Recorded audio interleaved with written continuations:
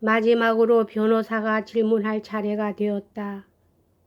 그는 먼저 표도르가 어떤 부인을 위해서 3천 루블리를 감추어 두었다는 그 봉투에 대해서 조사하기 시작했다.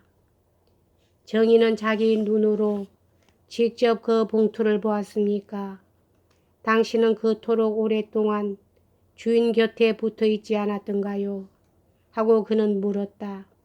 그리고리는 그런 것을 본 일도 없고 또 이번에 모두가 뜯을 때까지 누구에게서 들어본 적도 없다고 대답했다.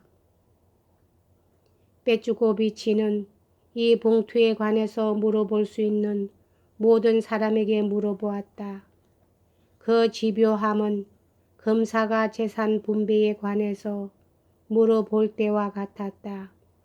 그러나 그도 역시 봉투 이야기를 듣기는 했으나 본 적은 없다는 대답밖에 들을 수가 없었다. 변호사가 특히 이 질문을 끈질기게 되풀이한 것을 사람들은 곧 깨달았다.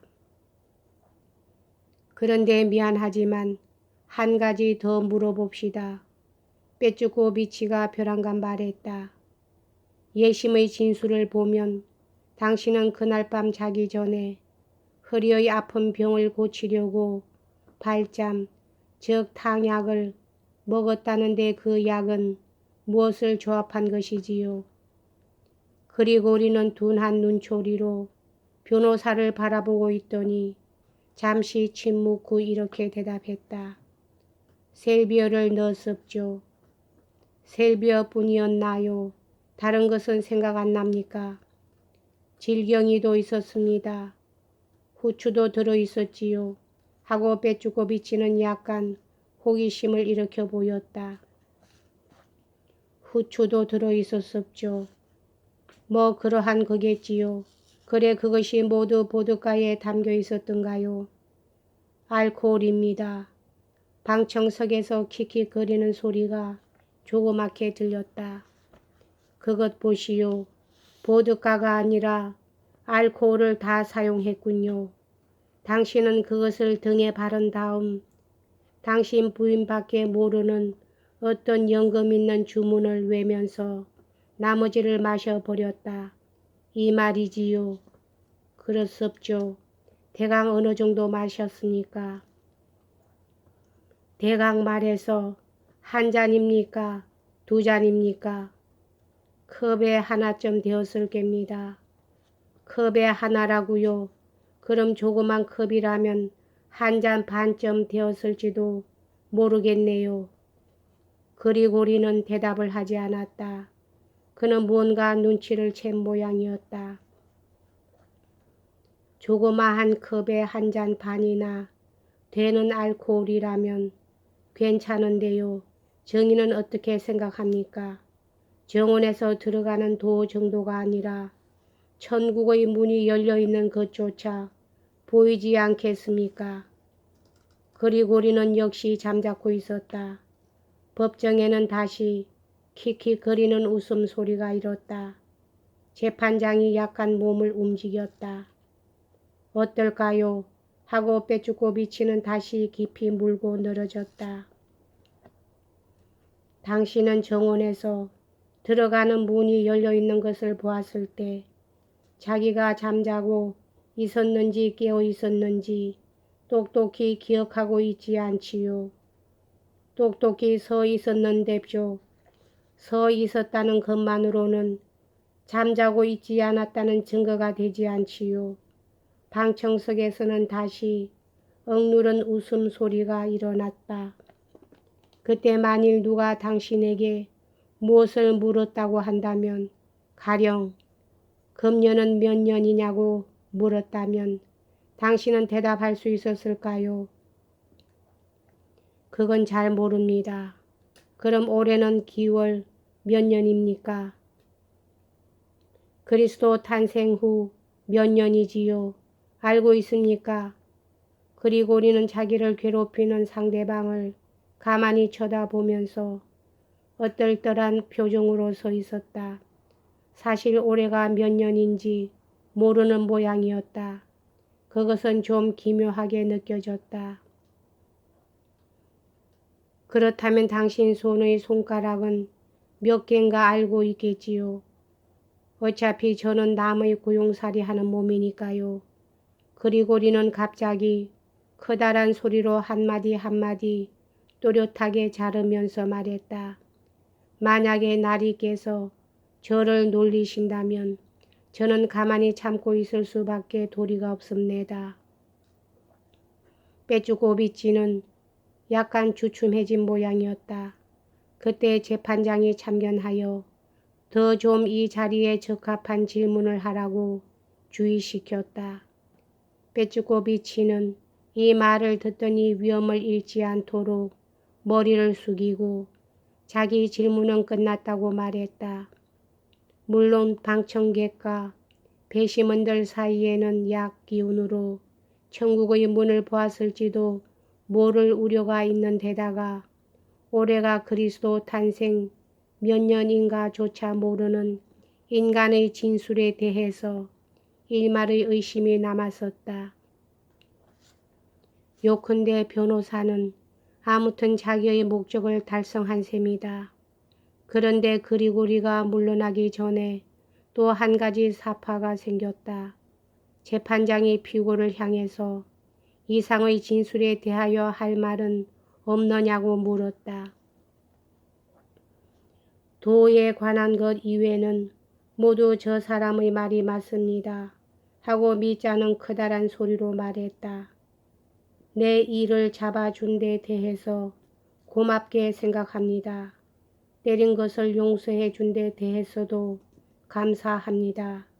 저 늙은이는 한평생 정직했습니다.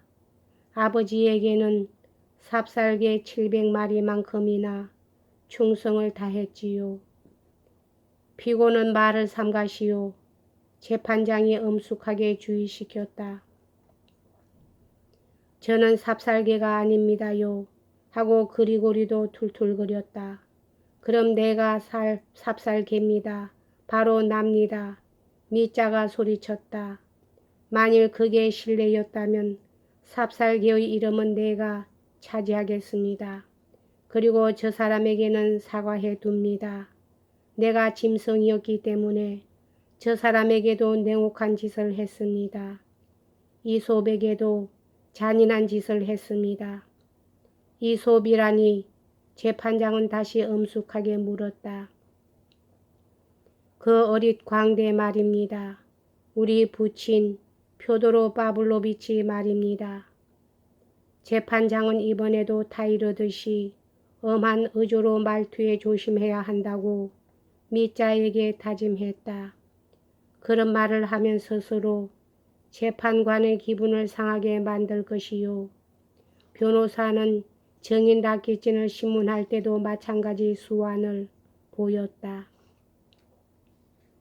한마디 해두지만 라키진은 유력한 증인의 한 사람으로서 검사도 그를 중시하고 있었음은 의심할 여지도 없었다. 나중에 밝혀진 일인데 그는 모든 것을 알고 있었다. 놀랄 만큼 여러 가지 일을 알고 있었다. 그는 아무 집에나 출입하여 모든 것을 보고 모든 사람들과 이야기를 했다. 표드로 파블로비치를 비롯해서 까라마조프 집안의 내력을 상세하게 알고 있었다.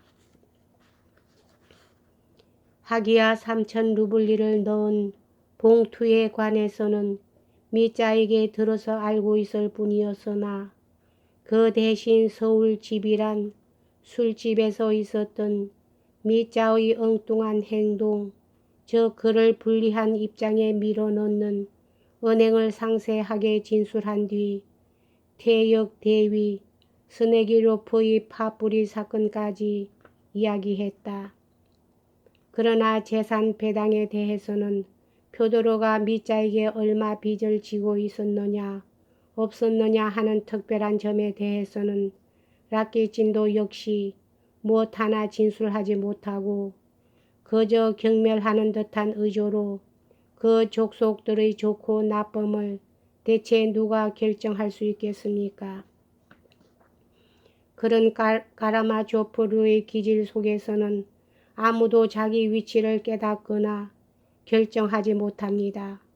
따라서 누가 누구에게 빚이 있느니 없느니 하는 것은 도저히 계산할 수 없습니다.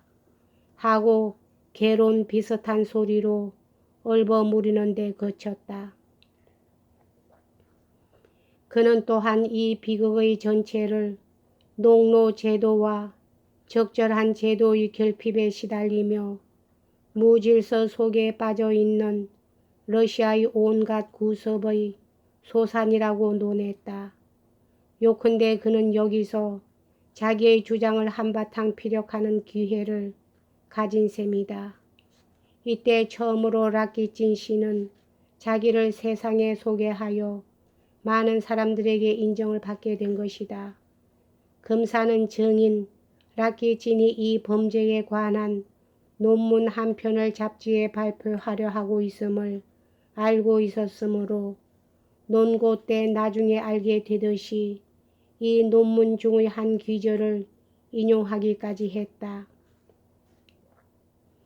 말하자면 그는 이미 이 논문을 읽고 있었던 것이다. 라키친이 묘사한 운명적으로 음산한 광경은 충분히 강하게 유죄를 증명했다. 전체로 봐서 라키친의 서술은 그 사상이 독창적이고 그 진행 방법이 고상한 느낌을 주어 완전히 방청객을 매료했다. 그가 농노 제도와 무질서에 괴로워하고 있는 러시아에 관해서 진술했을 때는 무심코 몇 군데서 박수마저 일어났다. 그러나 워낙 나이가 젊은 탓으로 라키친은 약간 실언을 하고 말았다. 빼주코비치는 곧 그 실언을 교묘히 이용했다. 다름이 아니라 거루센카에 관해서 어떤 질문에 대답할 때 스스로 이미 의식하고 있는 성공에 우쭐해진 나머지 기분이 도도해진 라키친은 그녀를 약간 얕잡아보고 그만 상인 삼소노프의 첩이라고 말해버린 것이다. 그는 그 후 이 실언을 취소하기 위해서라면 아무리 비싼 대가라도 아끼지 않았을 것이다. 그는 제 아무리 빼주코비치라도 그런 단시일 동안에 그토록 상세하게 사건의 이면을 파헤쳤으리라고는 생각하지 못하고 방심했던 것이다. 잠깐 묻겠습니다만 하고 변호사는 질문의 차례가 돌아오자 매우 상냥스럽게 그리고 공손한 미소마저 띤 채 말했다. 여기까지 하겠습니다.